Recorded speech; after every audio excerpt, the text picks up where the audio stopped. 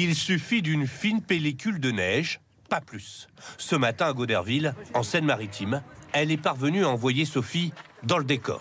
Ça commence mal ce lundi matin, mais bon, c'est comme ça. Le principal, c'est que je vais bien. J'ai eu très peur, mais ça va. Avec un mercure négatif et des chaussées verglacées, le garagiste local, quant à lui, n'a pas chômé. Pas mal de boulot, ouais, surtout les glissades, beaucoup de batteries. Beaucoup de batteries, mais voilà, des petites sorties de route, on va dire sans gravité, pas de blessés pour l'instant.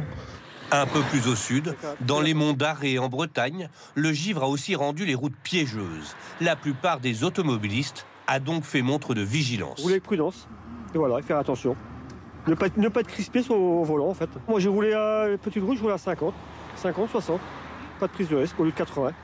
Depuis 24 heures, sous l'influence d'une masse d'air froid descendant d'Europe du Nord, le pays grelotte. Le record du jour est atteint à Luxeuil en Haute-Saône avec moins 11 degrés. Mais il a fait moins 9 à Mulhouse, moins 8 à Clermont-Ferrand et moins 5 à Montauban et à Montpellier. Un froid mordant auquel les Strasbourgeois sont visiblement préparés.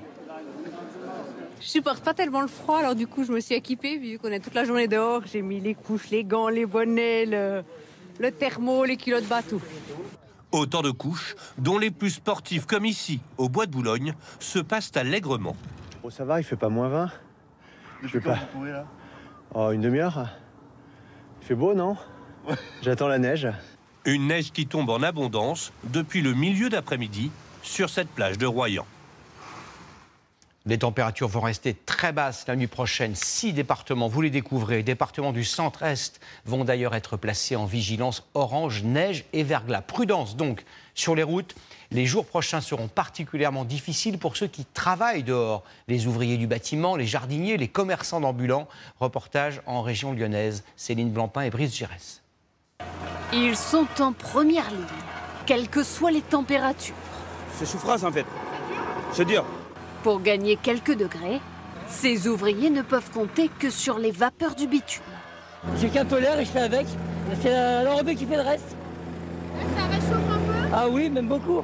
Moins 2 ce matin dans l'agglomération lyonnaise. Notre chenille, dans l'autre sens. Sur ce chantier, les travaux de terrassement avancent difficilement. C'est galère.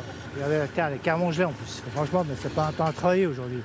Alors pour éviter les engelures aux doigts et aux orteils, C'est que le début. ces ouvriers paysagistes à pied d'œuvre depuis 7 heures ont multiplié les épaisseurs. Ah là, j'ai mis un t-shirt et 2 pulls et plus ma veste. J'ai 2 pulls, un survêt en dessous de mon pantalon de chantier. Principalement, ce qui nous réchauffe, je pense, c'est de travailler, de faire une activité physique.